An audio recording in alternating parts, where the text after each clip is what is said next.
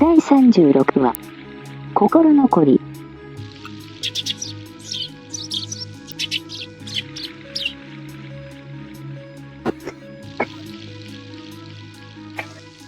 私はもう随分と前に交通事故で死んだ。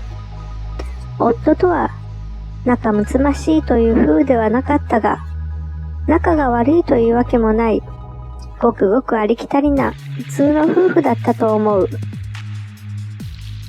娘が一人いたけど、結婚してすでに母親になっている。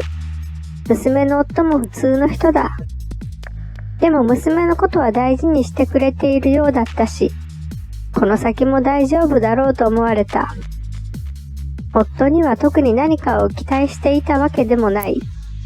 でも、大手企業に勤めていたので、老後の心配もしていなかった。ただ夫が定年退職した後、ずっと家にいることになったら何を喋ってよいのかわからない。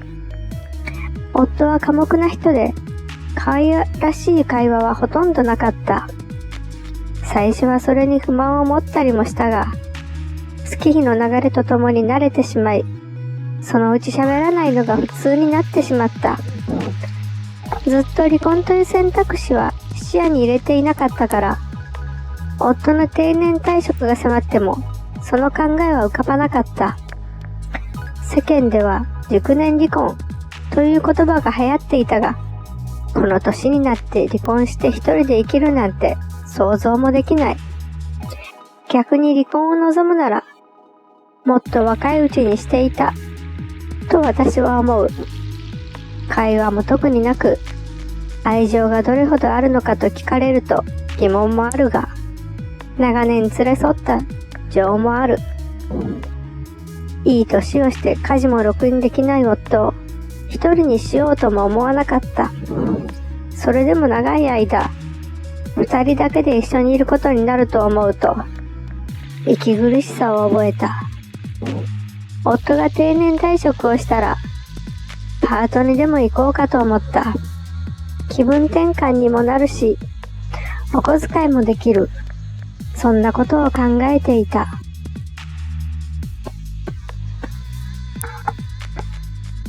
生前の私は、とあるカフェに時々出入りしていた。急に降り出した雨に、雨宿りも兼ねて中に入った。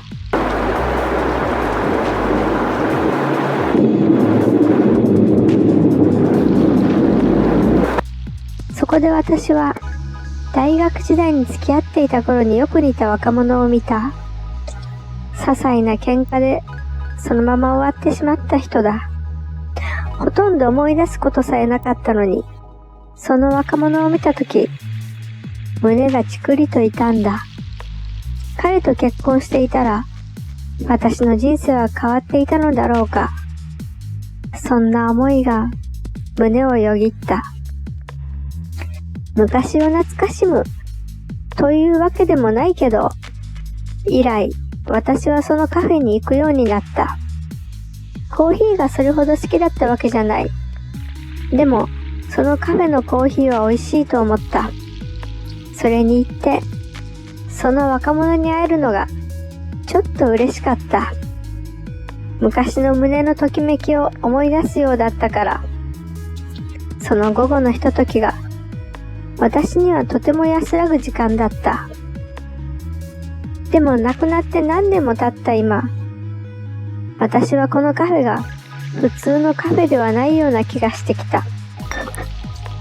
私は亡くなってからもこのカフェに来ている。生きている人には私が見えないけれど、マスターには見えている。だからといってマスターは私に話しかけてくるわけでもない。このカフェは聖者と死せる者とをつなぐ場所なのではないかと思っている。思いを残して死んだ者と、その死を受け入れられない聖者が集う場所。私が死んでから夫がこのカフェに現れたのにはちょっと驚いた。夫がそんな風に私を思い出したり、心を寄せたりするとは思わなかったから。私は死んでみて初めて、夫との老後の穏やかな暮らしを思い描き、自分の死を嘆いた。ただそのせいで、私がこの世をさまよっていたとも思えなかった。生きることにそれほど未練があったとも思っていなかったから。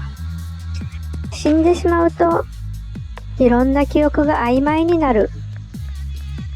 私はなぜこの世をさまよっているのか。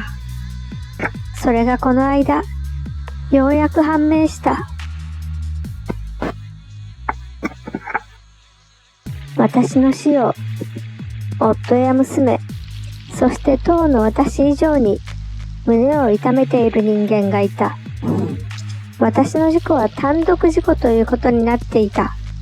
でも実際は飛び出してきた少年を避けたために起きたアクシデントだった。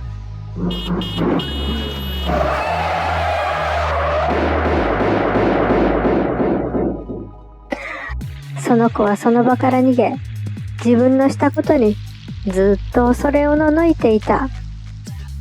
成長したその青年を見て、私は彼の記憶と同化し、事の顛末を思い出した。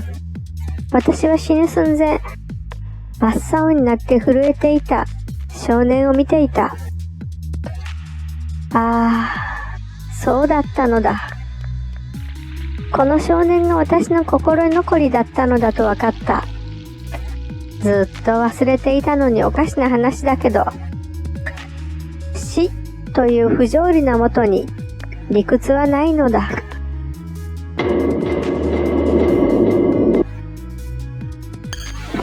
やっと会えたわね。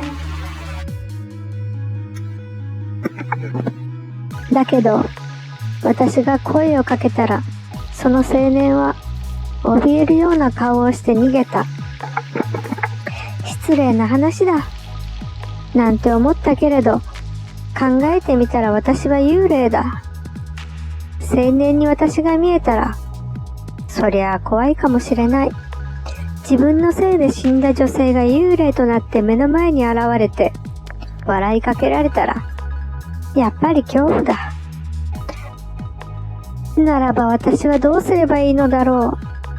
私の心残りを、私はどうやって解消すればいいのだろう。この心残りが消えない限り、私は成仏できないように思う。こうやって私はずっと死せるものとして、この世をさまよい続けることになるのだろうか。いつ果てるともない無限の時間の中で。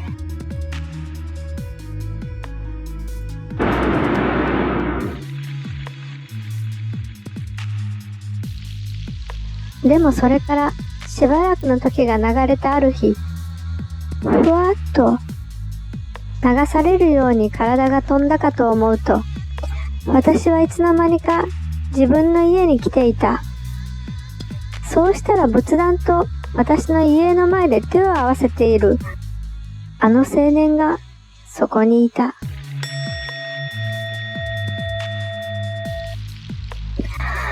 後ろには夫と娘と孫がいた。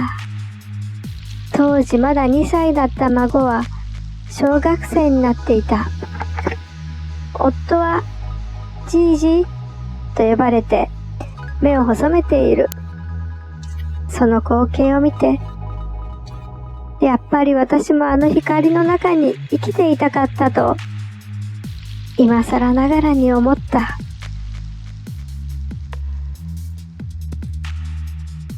でも、やっと言うことができる。あなたのせいじゃないから。青年は、それが聞こえたかのように顔を上げた。そうしたら、私の前に光の道が開けた。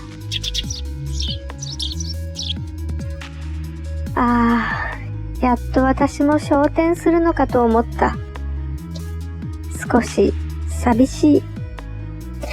そう思いながら私は踏み出した。目の前にあのカフェの扉が見えた。さようならあなた。私、幸せでした。